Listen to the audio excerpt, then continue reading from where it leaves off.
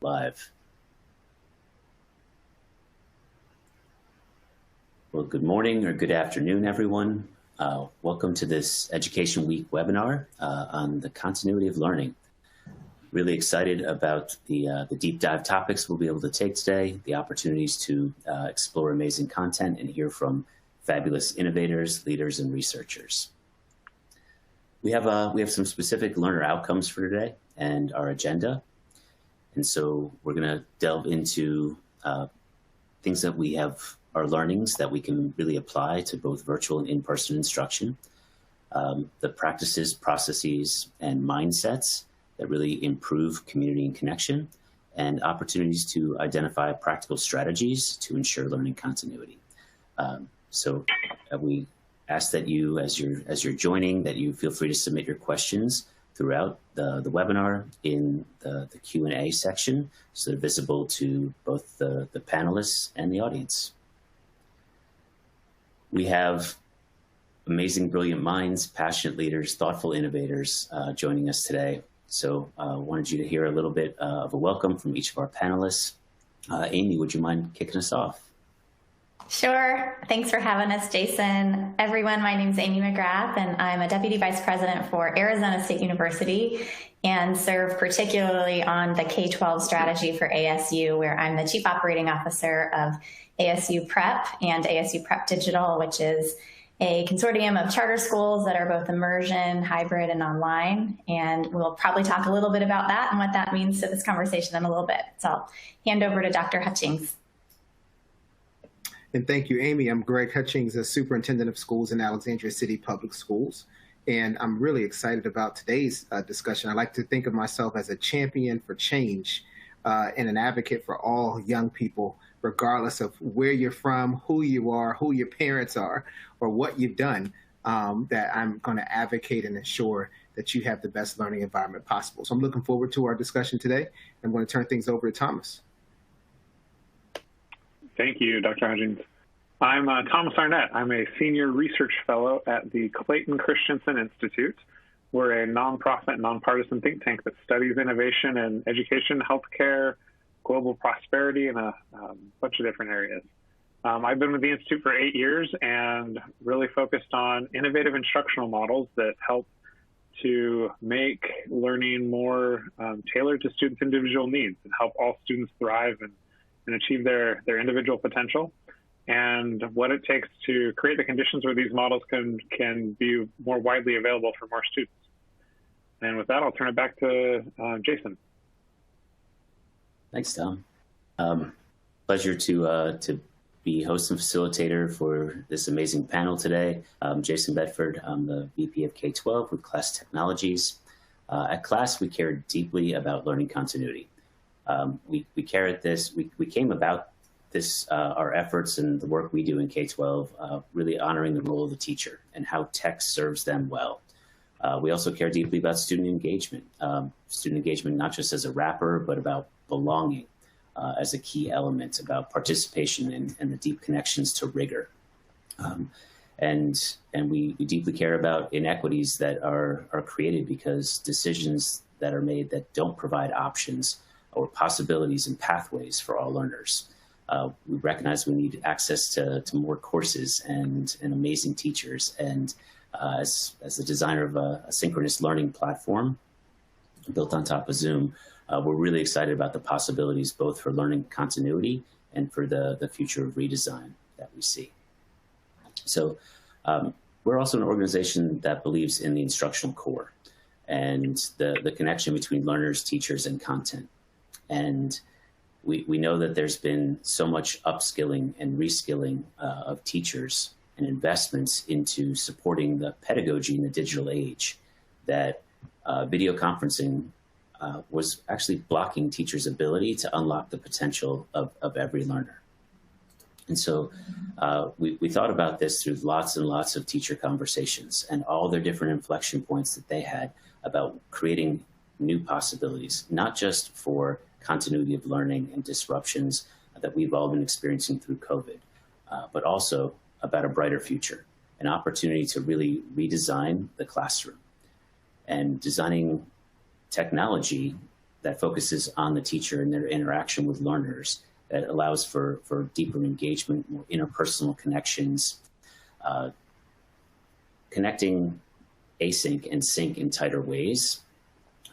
We're seeing awesome gains happen across the country. So that's why we're opting to host this today. And we also know that some of our small changes lead to seismic shifts. And one quick example of that might be this idea of breakout rooms. Having teachers have visibility into all of their students, the ability to differentiate content to different groups of learners, to share nonverbal cues and to pick up on nonverbal cues from all their learners and participants, to optimize chat in new ways. So this is just one small example on ways we're looking at really upping the game and what video conferencing has been. We also recognize that learning continuity is important to all of us as educators, because we know our students and families count on schools for academic development and many, many more needs. And this slide has a sampling of headlines that we've seen over the past few months. So we know this is top of mind. We really appreciate you investing time with us to learn more today. And I can promise you're going to leave feeling inspired. You're going to leave with some new ideas on ways that are going to help you both rethink the opportunity to navigate learning continuity and for the future redesign of the classroom, whether that's something as small as starting with a master schedule or as big as creating whole new options and whole new models that have never been possible before. But we really want you to lean in and bring your voice early on in this conversation today. And we have a quick poll that we'd love to launch to you right now. And the question is, under the current conditions that you're living through, which challenges do you feel least prepared to navigate? So we'll launch that poll to you all right now. You should see it as a pop-in or a pop-up. And while you're taking time to weigh in, we're going to use these results. We're going to share them with everyone on this webinar, and we'll make sure we use them when sharing our ideas and providing context and examples for what's most important to you.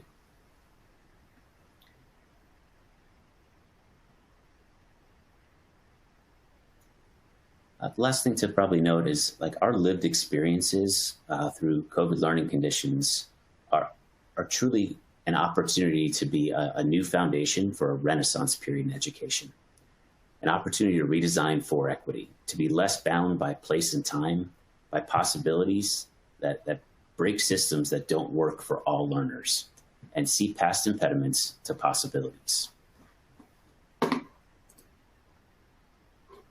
So let's see where you guys are at. Wow, it's almost a complete split with 25% focused on the tensions teachers are facing right now, about 30% of you with social, emotional, and mental well-being, learning recovery, and not knowing what's next.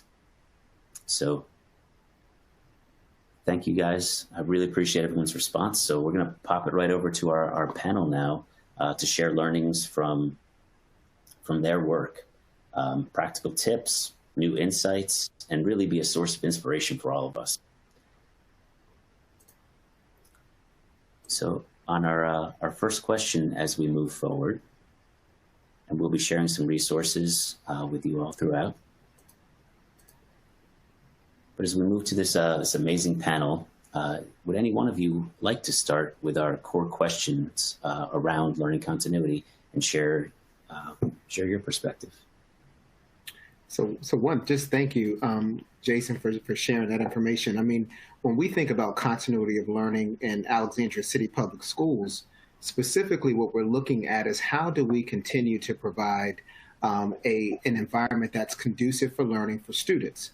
And that's in spite of a global pandemic. And, you know, the word that I'm so tired of hearing is pivot, but that is really what this whole navigation of uncertainty is all about, being able to pivot. And if you don't have a continuity of learning plan in place, it will make it very difficult for you as an organization to continue to provide your students with the learning environment that they deserve. Right now, we're on continuity of learning plan 6.0. Literally, we're on 6.0 at this point. And we've gone from figuring out how to provide continuity of learning for all of our students while they were home during this global pandemic. Then we had to pivot into a hybrid approach because we had some students who were in person, some students who were at home. Then we went into a summer kind of approach, and then we went back into this in-person learning 5 days a week that we currently have in place, where some of our students are actually virtual, and then some of our students are in some form of a hybrid learning environment when they have to quarantine due to a positive in one of our school buildings. So continuity of learning for us is all about ensuring that we're continuing to provide a learning environment that is conducive for all students to learn in spite of the conditions. And as many of you, I'm sure, will talk about today, there are many challenges that come along with uncertainty.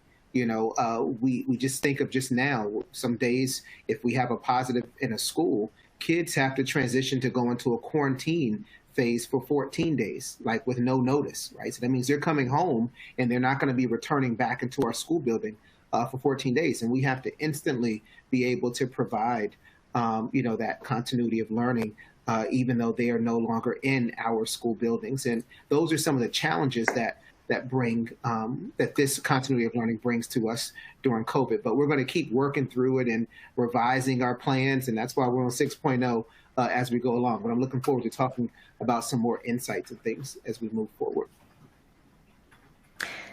I love that, Dr. Hutchings. I think I'll just kind of add on a little bit to what you were saying. First of all, it was wonderful to get a sense of what is in everyone's heads as we're thinking about learning continuity. It is uniquely challenging to try to expect learning momentum when there's so many forces coming at us.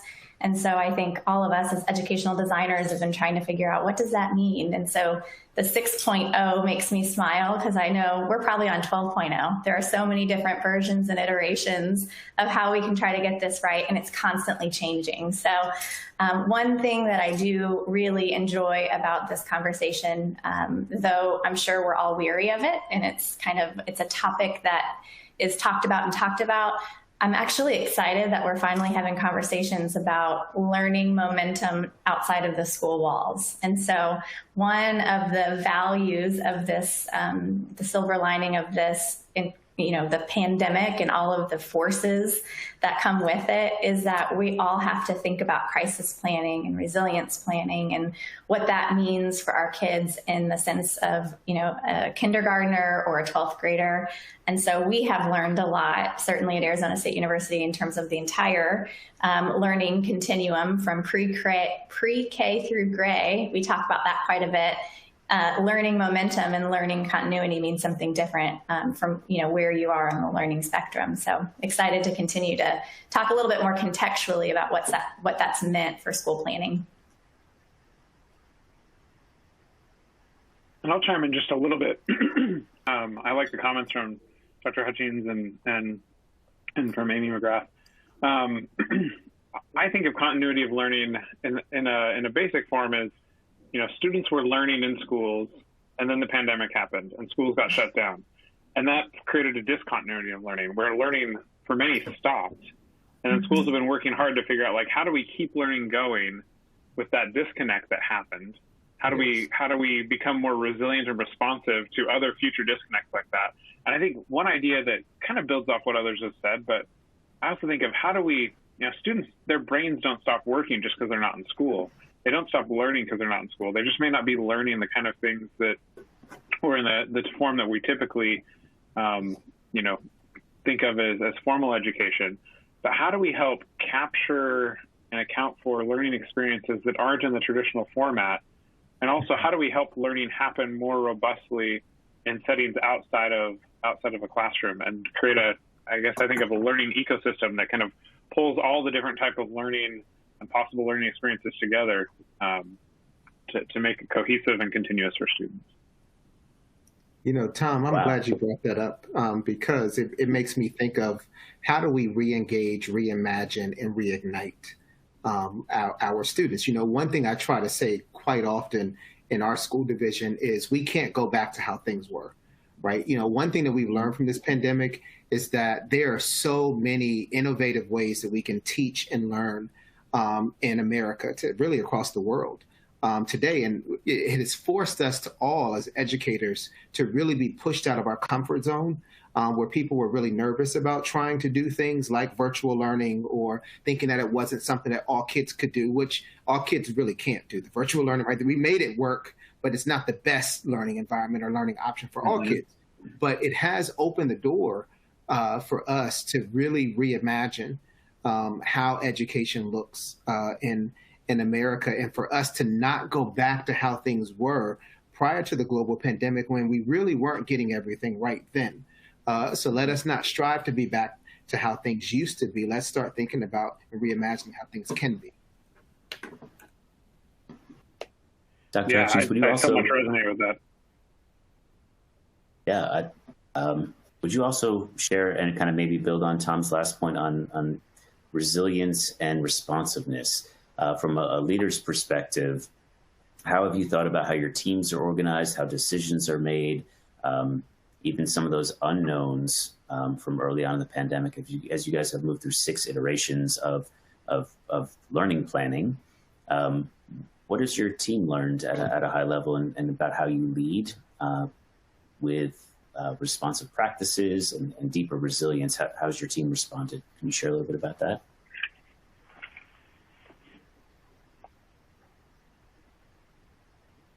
Yeah, I mean, there's a number of things, I think that our team has been forced to know and learn, and that is, we're better together than we are apart.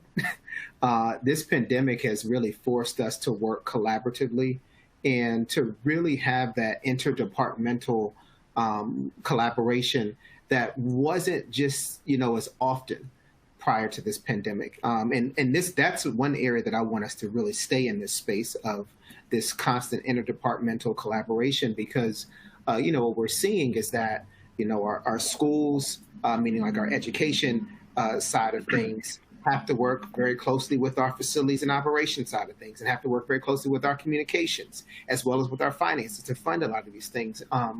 And, before, I don't think we worked as collaboratively before. We had a lot of collaboration, don't get me wrong, but I think that this pandemic has really pushed us to making sure that everything is done in a collaborative approach. And that's one lesson that I know that we've learned in Alexandria City Public Schools.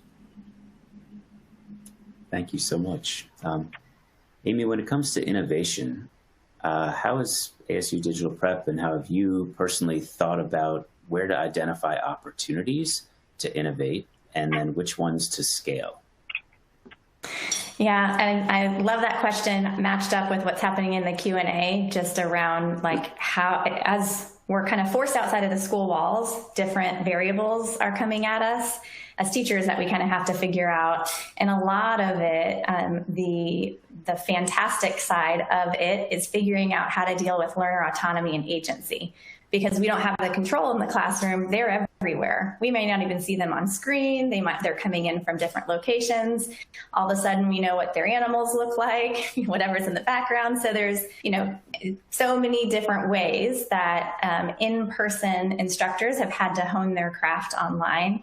So in addition to just the synchronous part, we've really had to think creatively about I really loved this question in the chat box about the flow, the learning, the flow. You've got accelerated learners, and then you've got learners that really need quite a bit of remediation. And so because I'm so passionate about educational technology, though I also want the technology to be ancillary, it's been hard in this environment because the technology, both, your infrastructure, your bandwidth, and even what platforms are available that schools and districts are deploying out to their families is front and center.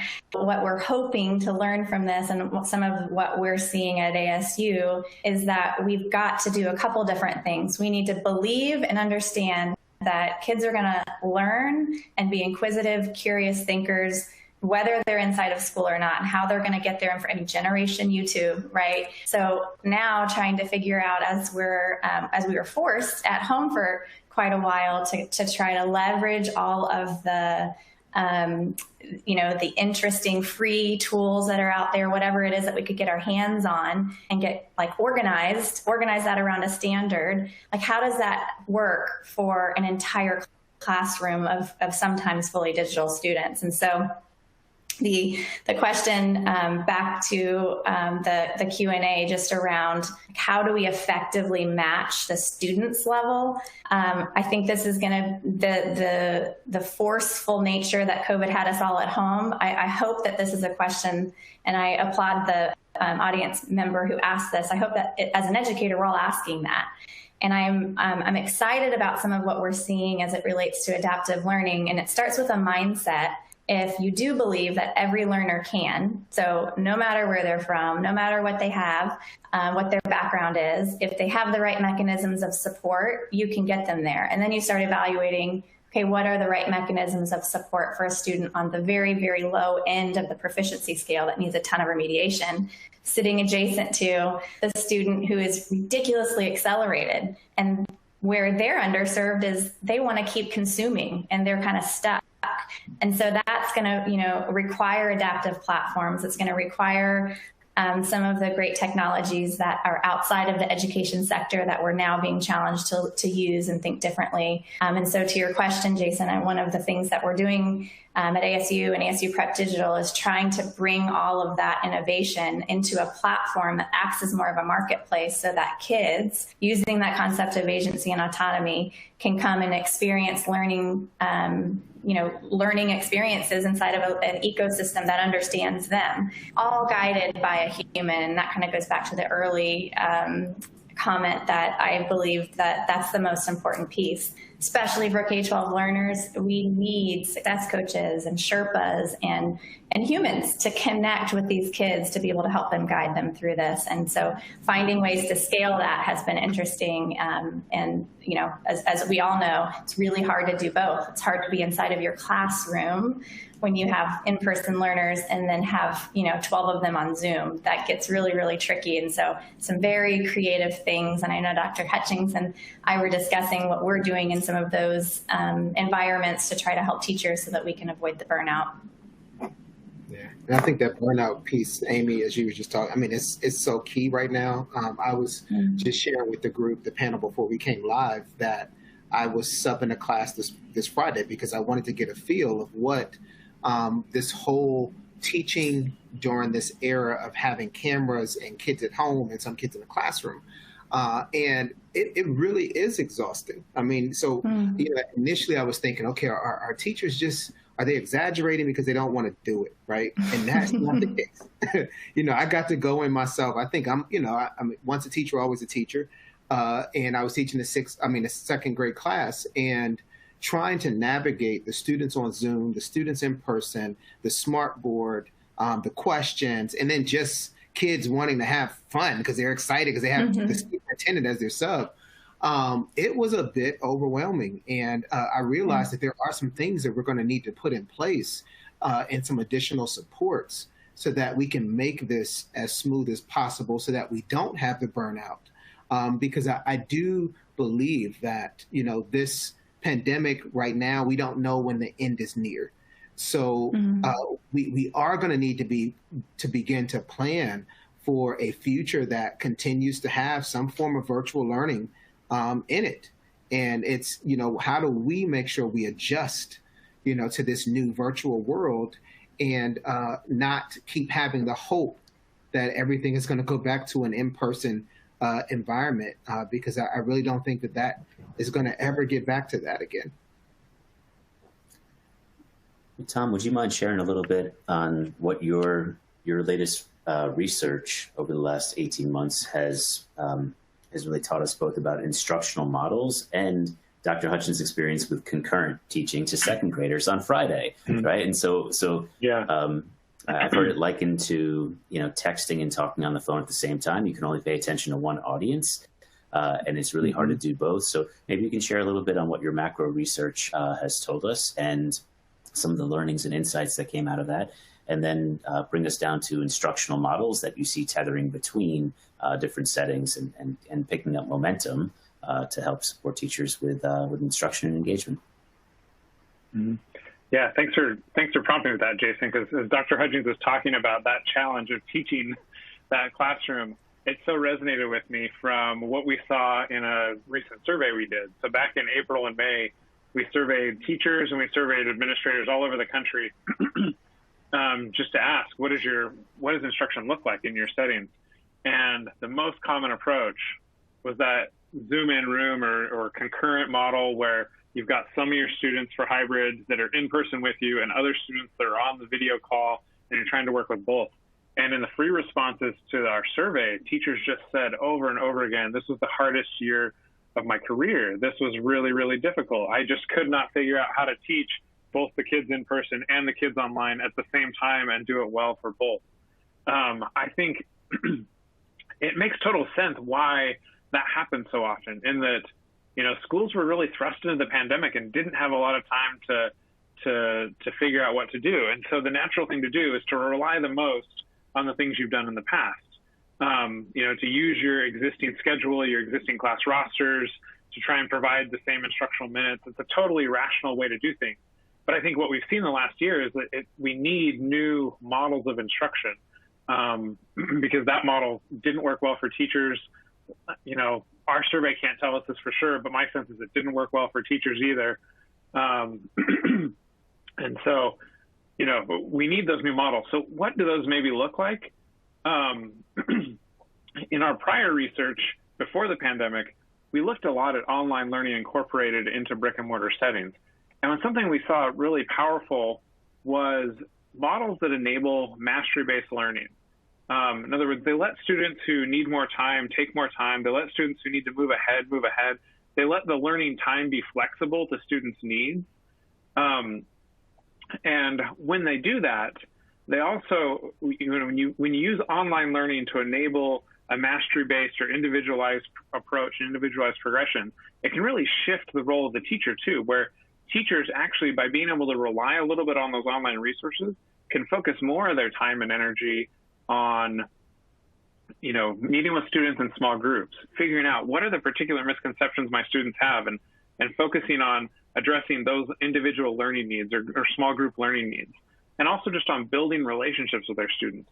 I think it's a challenge, though, to figure out how do you do that in this setting. You know, virtual schools and virtual learning has been around for a long time, but I think one of a key piece of effective virtual learning historically has been that students have a learning coach. They have someone at home that can provide that mentorship and guidance because they're not live with their teacher all day.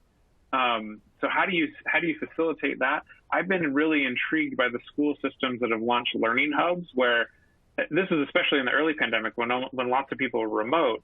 It was, you know, students are going to learn remotely from their teachers, but can we create these small community centers where they can get a structured learning environment to be with peers, to have a mentor or a tutor on hand to help them? I'm really intrigued by how that model can work in conjunction with what schools are doing to free up teachers of the burden of trying to run both systems at once. Let students who are remote do a little bit more asynchronous perhaps, but still give them that support they need to keep you know, to make sure their learning is successful and they're not just kind of being left on their own and floundering on their own. Yeah, and Tom, you know, you just made me think of something when you were talking about small group instruction.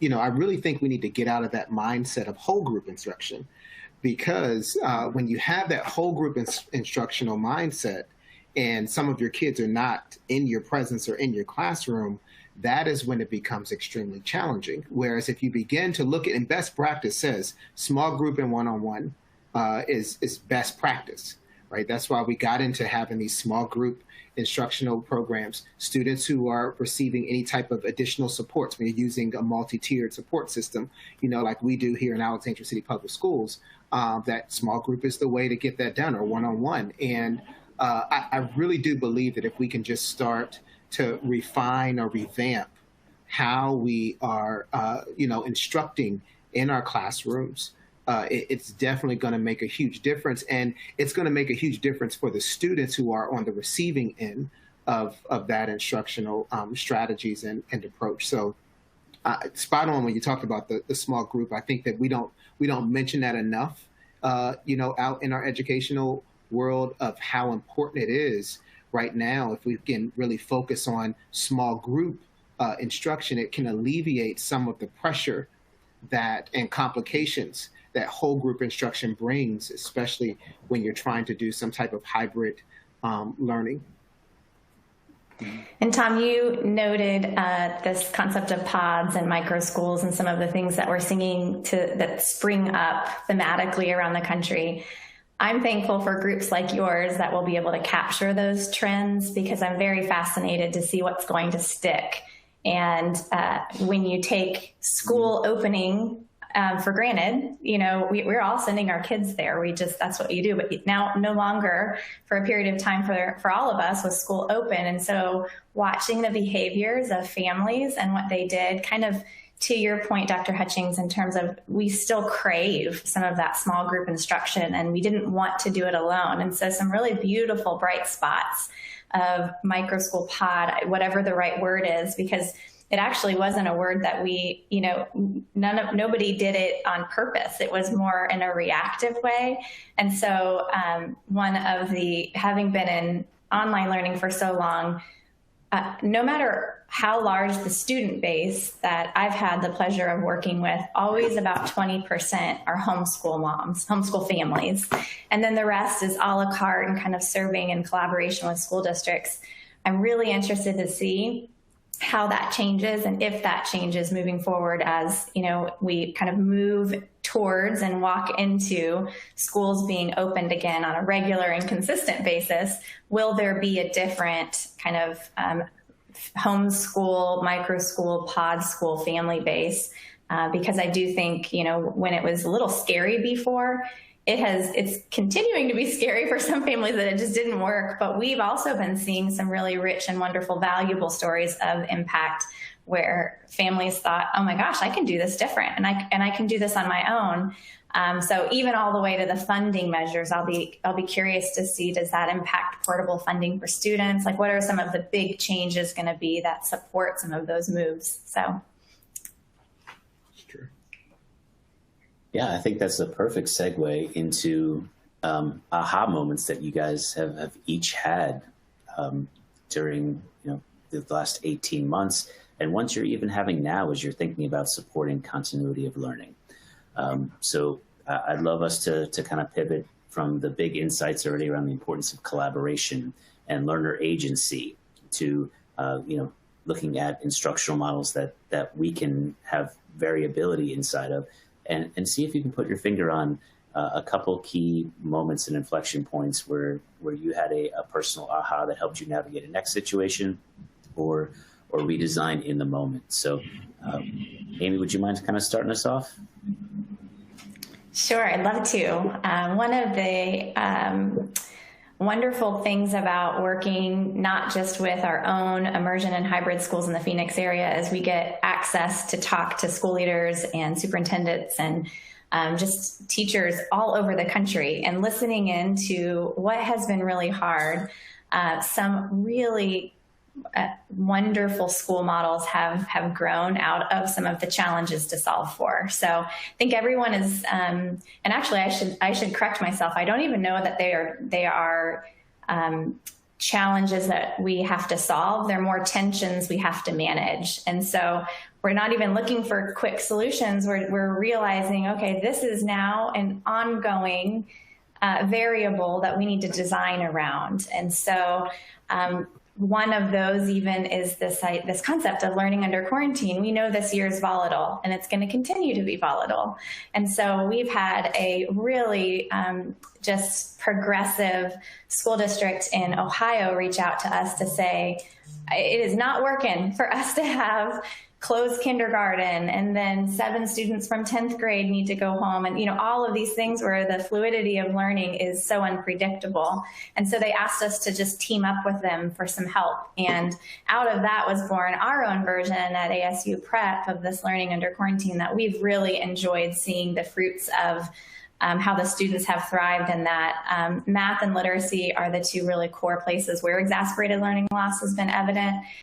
And so we created a model that kind of with the calendar year has taken power standards, and from kindergarten all the way through 12th, we are hiring benches of highly qualified teachers around the country that can come in and just support school districts that may need to have periods of quarantine students at home, so that they don't have to do both, and so that the learning in the classroom doesn't have to suffer.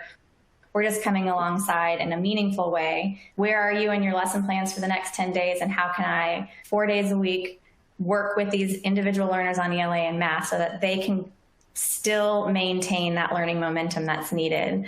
Having the opportunity to work contextually with schools across the country to see what their intentions are to manage has been a really great gift to see some learning models that have formed, and our learning under quarantine is one of those. Love that. And sometimes we don't have the fungible staff resources to think about moving pieces on the chessboard in the moment as situations are changing. So I love that you all are doing that and providing incremental resources to support continued awesome ELA and math learning. So Dr. Hutchings, would you mind sharing a little bit on any key learnings that you've had through the last 18 months, any aha moments, and also if there have been, if you've had the opportunity to make some staff moves to support co-teaching models or other things that we might not have done in the past, similar to where Amy was just guiding us. Yeah. One thing that's really stood out for us is the fact that some students actually began to do better in regards to their learning during this pandemic. And what I mean by that is some students who were not successful in our traditional learning environment prior to this global pandemic thrived while we were virtual. We had one of the highest graduation rates last year at 91%. Which was huge for us. It was like a 7% jump from the previous year, where many school divisions were seeing that, they had kids performing, at lower levels. We actually saw students from our underrepresented populations actually, thriving at higher levels. And that says something about this virtual learning experience and the work that many of our staff members were able to do in providing an environment, even though it was virtual, but it was an environment that was conducive for learning for many of our students that just were not learning well in person previously. So that was like a very unique highlight that came out of this work. And there's a number of things that came from this as we were talking to some of our students of color, and that is being virtual, they were in an environment in some cases that was safer and not safer in regards to like violence, but safer in regards to a safe space to be who they are and to not have to deal with microaggressions or deal with potential inequities or deal with feeling oppressed or less than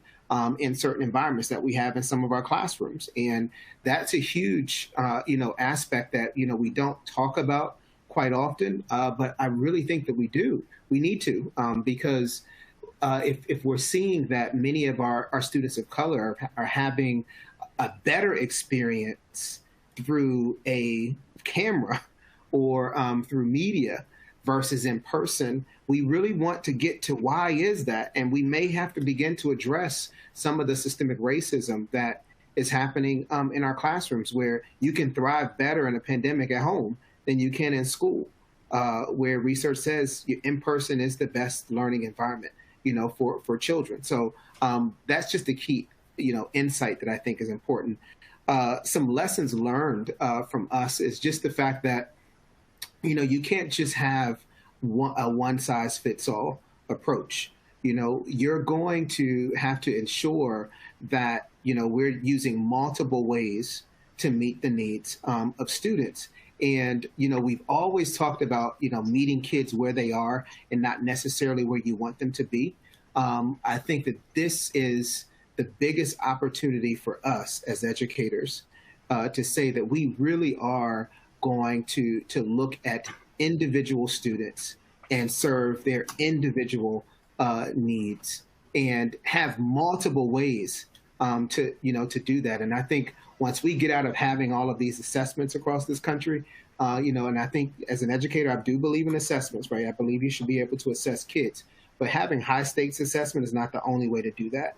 When we can get that out of, this picture, I think that will open the door for us to really begin to reimagine what education can be and will be. If we continue to have this common kind of like assessment that you have to use to do these high stakes testing across America, everyone's going to gravitate and go right back to how things used to be. I hope that we all can realize this is a time for us to be innovative and to come up with a very different approach in teaching, learning, and leadership. Thank you for sharing that. Wonderfully powerful message. I think there's great learnings inside of that for all of us. Tom, disruptive innovation to improve schools has kind of been the tagline of Clayton Christensen Institute. So what are you seeing right now? What are some things, what advice would you give to leaders and practitioners that are joining this webinar today? Body work coming from your research around things that you've seen, things that we should be paying keen attention to right now.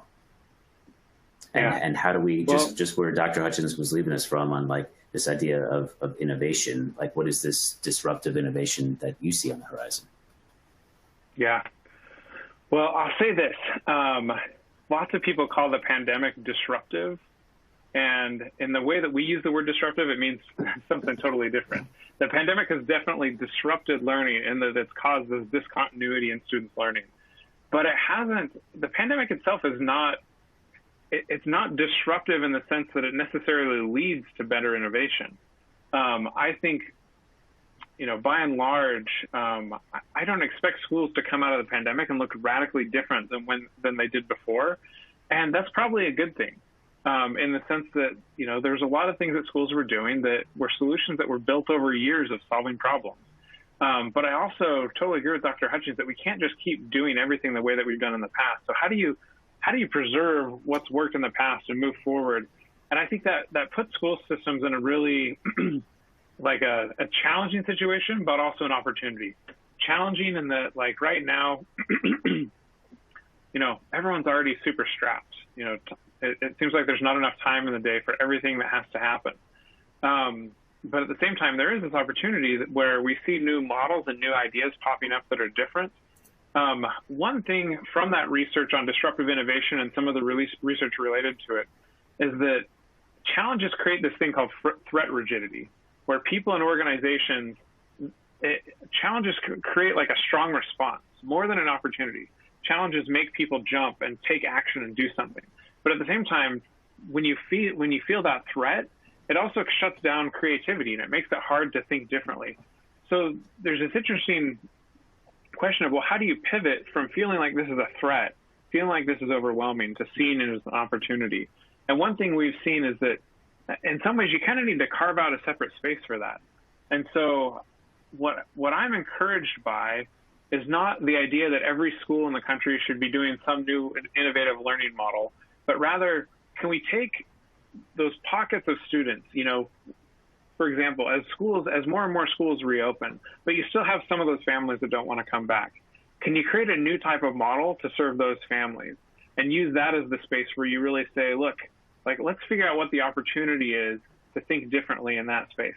I think it resonates also with what Dr. Hutchings was saying around there isn't a solution. We need different types of solutions. We need multiple options out there that can serve different families. So I'll come back to something I said earlier, which is I'm really intrigued by, is there a version of schooling where we pair the flexibility that online learning offers to let students be in a safer learning space, to let students learn at their own pace. The students that are struggling, give them targeted support on exactly what they need instead of just moving them along at the pace of their class and having them continue to feel lost. At the same time, the students that are ready to move ahead, let them move ahead. And online learning enables a lot of that flexibility. Can we take that flexibility and pair it with things like learning pods or micro schools or hubs to really also create that face-to-face, in-person, social, interactive learning experience And can we create it not as an option that we say, you know, this is the model of the future and everybody has to go to it? Because it's not going to work out of the gate. It's going to take time to figure out how to get it to work well. But can we at least create those options within school systems for the people that need them most, need that flexibility most, to go have that flexibility, and for the educators who are most able to say, hey, I'm ready to think differently about schooling, and let them go experiment in that space to really develop what these models of the future could be. And so while I don't think that the pandemic is going to change everything in schooling, I think the pandemic is creating more of these pockets and more of these places and these opportunities to incubate some of this stuff that, you know, in 5 or 10 years could prove into something really interesting. And we'll look back and say, the pandemic really kind of got that ball rolling. Love that. So kind of bringing it full circle to our third theme to talk through. You guys just flow so well together. This is like you're making my job super easy today. So I'm loving this. Thank you. Want to kind of round us out on our third big topic, which is, you know, when you think about knowns, unknowns in decision making, when you think about the importance of social, emotional, and mental well-being of both staff and students right now. You know, where Amy was into power standards before, and you know, and we're also deeply caring about the relationship with learners. How do you guys think about trade-offs? How do you think about priorities? And like, what are you prioritizing right now as each of you make decisions, or what are you seeing come through the research that you think are key considerations that we should all have front of mind? So. Does anyone want to take this one as a lead off? If not, Tom, it's going to you if no one else wants it. I can actually jump in. Yeah, sure. Your meaningful comment about the structures that we know of schools that are so good and sound, I think that is one of the key learnings and insights. This is why it is a perfect segue, as you said, Jason, is that schools really are a social structure that we need for food service, for childcare, for so many families. There are these infrastructures that school provides that without is dangerous for many of our communities. And so that has been a key insight in coming back to, without that, what is the social and emotional health of our learners right now? And there are enough crazy conditions outside of the pandemic, just even socially going on nationally, that kids are in this really tough mental space that needs to be addressed in relationship building, but also just in key caring ways that can lift up a veil for them to be able to learn. And I think that has been really a wonderful, because of all of us being in it together, we all have zero control over what the pandemic is going to be throwing at us. I think, have been able to connect with learners in a different way. And every one of us, I think, as an educator, and certainly if you're here, you care deeply about yourself and education as a profession, but social emotional learning has risen to the top for us to be hypersensitive to what our kids are going through before we can expect them to learn. If their bellies are full, you know, these are the big types of topics that have to be addressed before we expect them to do power standards. And so I just jumped in to say I appreciated that you noted that, Thomas, because it is something that we've known as longtime educators, but we're feeling in real time in such a strong and emphasized way. And so we've actually, reacted by creating a lot more teacher training and professional development around this for teachers who are craving, how do I build a relationship with a student that's quarantining and coming in and out? And what are some of the elephant in the room questions that really, in order to connect on a cognitive and academic side of the house with a student, you have to really kind of build that relationship. And so it's been wonderful to be able to, our large teacher base, to be able to develop very acute and specific SEL trainings. Yeah, one thing I would just add to this discussion specifically, and I want to touch on just like in regards to like what are some things that we should prioritize differently for leaders. And one thing I want to add is the self-care piece. this global pandemic has been a very traumatic experience for adults and children. And I think sometimes we forget that our leaders, our educators, that they're human beings too, and they're also in this pandemic. They have families, they have lost loved ones, through from COVID, and they're watching the news every day like our families are. And I really do believe it's important for us to make sure that we're prioritizing that self-care and we are practicing empathy and compassion during this very traumatic time. The unfortunate thing for me is that I got criticism for being compassionate and empathetic, which is kind of bizarre to me because I'm an educator. That's what we do in education. That is what it's all about. Who doesn't want educators to be caring and empathetic and compassionate and loving? Like, who wouldn't want those qualities for educators who teach and mold America and the world, right? And I think it's because everybody gets so caught up in this pandemic and they want responses and they want action so quickly that people are forgetting this is a global pandemic. This is not, there isn't a playbook for this. There isn't a time that I can go back into my repertoire of skills and say, hey, I did this the last time this happened, right? My skill set is in being evolved and enhanced every day. So many years from now, I'll be able to go back and tap into this skill set that I have created, and gained over the past, 2 years. But I just think it's important. I didn't want to, end today without just mentioning the importance of self-care for our leaders and making that a priority, as well as for our educators across the world. Thank you for that important reminder. And this is emotionally, mentally, physically taxing, exhausting as we continue to, to lead and do this work in ever-evolving conditions. So for everyone who's joined this webinar, thank you for what you have done, for what you continue to do, how you teach, how you lead. You are sincerely appreciated, and we're so happy you're here learning with us today. Dr.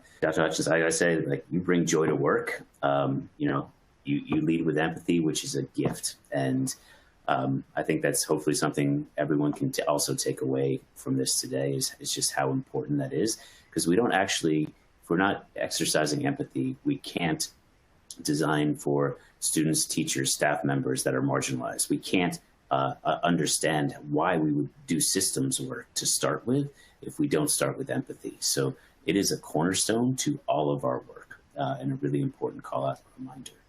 So thank you.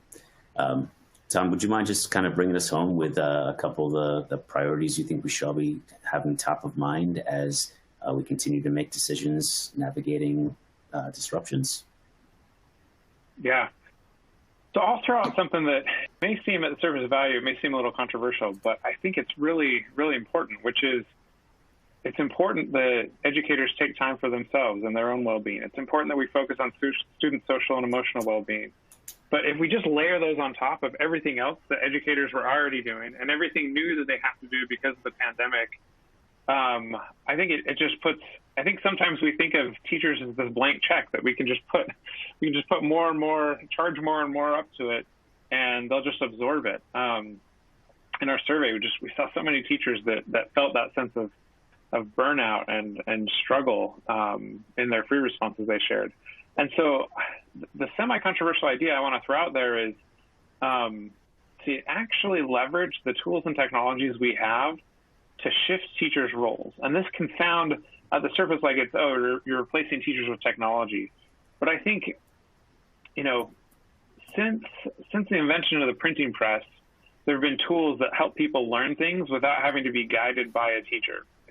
And especially in our age, those tools have gotten better and better, where now reading is not the only way to learn things outside of attending the class. You can read things, or you can watch videos, or you can do interactive manipulatives and activities. And there's a whole bunch of companies and organizations out there developing these really great learning resources that students can use to navigate and learn, based on things that engage their interests and things that speak to them in terms of their background knowledge and their experience and what they resonate with. At the same time, I think educators, the way that we typically think of the role of an educator is like they're the ones that are the drivers of the instruction. They're the ones that are responsible for covering the content. But when they wear that hat and they feel so deeply responsible for making sure that they're driving all the instruction, but we often leave some of these other resources on the table, or we only tap them lightly as supplements. But I think something I've seen in my research is the more and more that we can help educators offload some of the foundational instruction and foundational feedback onto those resources, it doesn't actually replace teachers. It actually frees up their capacity so they can do more and have more time and attention and energy for building relationships with their students, meeting with their students in small groups and one-on-one settings, orchestrating the type of deeper learning experiences that technology just can't do, like projects and classroom discussions and debates. Technology can't do that for students, and that's where teachers are really key. So I guess to go back to your question about priorities, I would say I would encourage folks to think hard about what is the maximum possibility of what technology can do in terms of helping students learn to be self-directed learners and really helping them learn to be lifelong learners, to engage and learn things without having to be directed. What's the maximum that technology can offer so that we can offload to technology what we can? And then where are teachers most valuable? What are the things that technology absolutely cannot do? And how can we use technology to help teachers spend more time on the things that the technology just is not sufficient for? The stuff that especially involves relationships and human-to-human interaction and discussion and sharing thoughts and ideas and building trust and building community. Awesome. Well, as we wind down the hour together, I think this is just in closing comments here. I think being a support to each other, reaching out to our colleagues, starting to lead with more vulnerability, valuing those interpersonal relationships is all work we can immediately jump into in this era of learning continuity. Categorically, we can focus on student agency and collaboration. And then as where Tom was just closing, like there's opportunities to look at coming up the arc of rigor and the acquisition of knowledge and the application of knowledge as we come up that arc of rigor. Technology, where it is today, instructional technology might have a role to play in that acquisition of knowledge and that fact acquisition. And teachers have a tremendous facilitator role to play to really bring learners together, allow discourse to happen, and come up that arc of rigor, build deeply engaging, relevant topics. So you guys are all amazing. Thank you for investing this hour. I appreciate each of you. And thank you again. Any last words you want to leave folks with today? Just grateful for the opportunity to have a conversation like this and for all the great questions from the audience and leaning into this. So thanks, Jason, for facilitating. Yeah, thanks as well from my end. Great chatting with you all. And I would just ask people to continue to, to give 100% and to realize that this is an opportunity for us to reimagine education. As I said earlier, we cannot afford to go back to how things used to be. And we're going to have to find a way to be innovative, to help, our educators across this country to see this is a huge opportunity for us to really provide all students with a very diverse way of learning and teaching, as well as leading. And I hope that we all will take advantage of that and not allow this moment to pass us by. All right. Have an amazing Monday. Thank you all.